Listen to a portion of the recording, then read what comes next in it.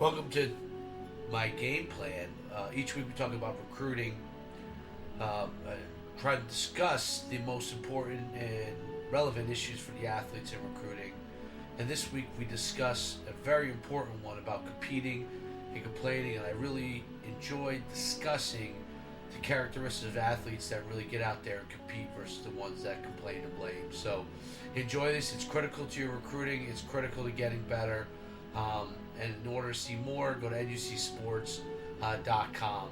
And you can always hit me up at NUCFootball on Twitter. Enjoy the podcast. So, I really think it's interesting when athletes send me emails about a camp that they go to and that things are predetermined or not fair, or they thought a coach favored somebody. And what I really truly believe, this is the truth, I've been a coach for 15 years, having run NUC Sports for 11, 12 years. I truly believe that the best football players and the best competitors never, ever complain when somebody else wins something over them. They look at it like somebody did something better or got something that they wanted, and they're going to go out and compete the next time at a more ferocious level to be the very best they can be. And I think that's what the true competitors, the guys who really want to be great, go and do. When I get an email from a parent or an athlete that says things weren't fair, I know they don't get it. Because the truth of the matter is, yes, the awards are subjective, and anyone who goes out and competes knows that awards are subjective. You should have the capacity to feel like you are somebody that deserves to win an award. But if you don't get chosen for some reason, you're not entitled to that award. You have to go out and earn it and show without a doubt that you are the best. Because if you, without a doubt, are the best, everyone will recognize. People will stand up and recognize. People will know that you're the best. When things are close, and I always used to tell my football players that never leave a game up to the referees. I always say that to them. Why do I always say that to them? Because when you leave a game up to the referees, then when you leave it up to the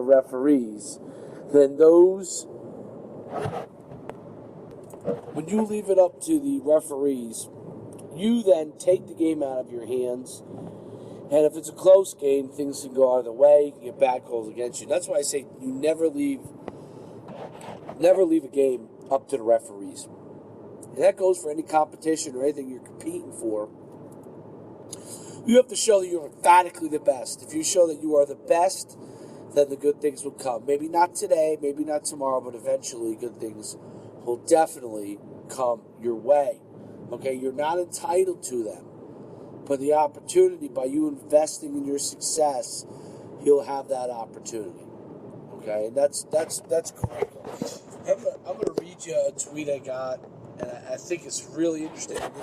I'll read you my response, and my response and to this tweet will tell you everything, how it is, and how it is as far as from a competitor standpoint. When you go to football camp showcases, scholarships are awarded. Best player awards are awarded. Best teams are awarded. So I got this. This was the tweet I got. Okay, I'm not going to give the name, but I've been to one of your camps already. The trophy was so predetermined. Everyone said I should have gotten it straight, balled out. Then you guys gave it to someone injured. It's unfair.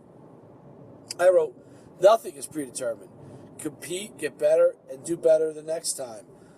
Life doesn't always give you what you want just because you went out and competed.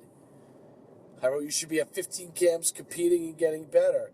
I'm not into complaining. I'm into competing. And that is the truth among truths for all athletes to understand. It is not my job as the director of NUC Sports or any coach that runs our camps or any high school coach that is in charge of the football program to hand you anything. You've got to go out and earn it. And the culture of athletes that think that should happen. It's just a baby culture. And you got to grow up, and you got to lift yourself up and get tougher and get mentally tougher that you can handle when things don't go your way. It is not getting a scholarship. It is not a thing that is taken lightly by any college coach. And if they sense at all in the slightest, and I play Division I football, so I know what I'm talking about, if they sense that you're not a guy that can hack it, they don't want to waste your time. If they sense that you're so sensitive that you can't take criticism, you can't play in college. If they sense that you're entitled, then they don't want you. Unless somehow you run a 4.2 in the 40-yard dash, and that always goes back to my point of being the best. I hope that helps you guys. I hope that gives you a little tidbit of information from all my experience of running these camps. And like I said, I've coached in 3 state championship games. I've been an assistant when we won one. As a head coach, I've been to state championship. I built a multi-million-dollar company with NUC Sports. I've seen over 300 current NFL players that have come through our camps. Over now it's somewhere in the neighborhood of close to 20,000 Division I athletes that have come through our camps. I've seen what it takes to be successful, learn from it, and go out and compete and get better. So that concludes another episode of the podcast, Recruiting Game for Life, Game Plan for Life, and it has to do with helping you, the athlete, get recruited. See me at NUC Football. If you have any questions, you have any ideas for a podcast, please hit me up there.